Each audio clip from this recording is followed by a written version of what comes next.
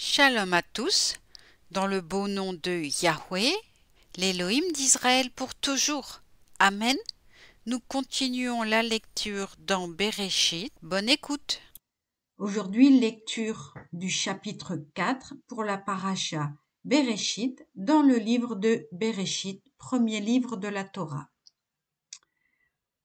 Or, l'homme s'était uni à Rava, sa femme. Elle conçut et enfanta Caïn, en disant: J'ai fait naître un homme conjointement avec Yahweh. Elle enfanta ensuite son frère, Avel. Avel devint pasteur de menu bétail, et Caïn, cultiva la terre. Au bout d'un certain temps, Caïn présenta du produit de la terre une offrande à Yahweh. Et Avel offrit de son côté des premiers-nés de son bétail, de leur partie grasse. Yahweh se montra favorable à Avel et à son offrande, mais à Caïn et à son offrande, il ne fut pas favorable.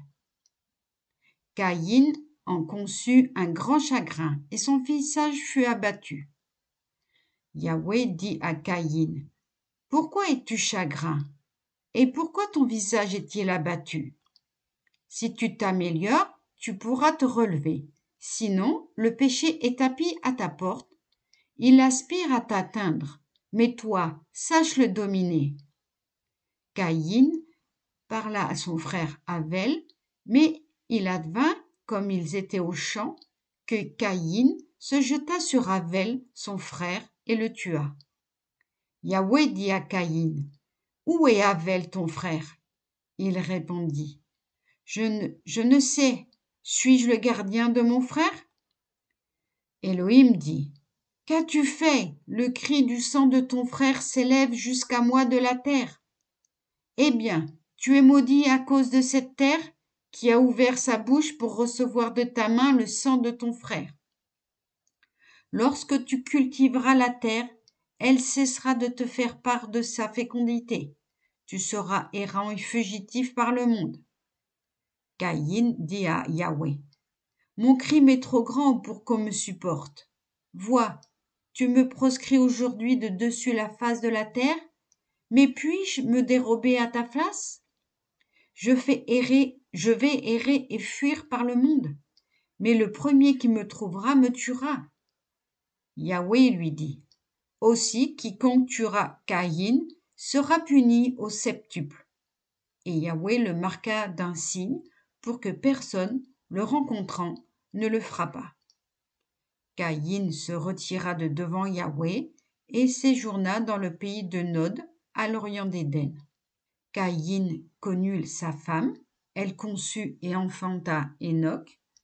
Caïn bâtissait alors une ville qu'il désigna du nom de son fils Enoch.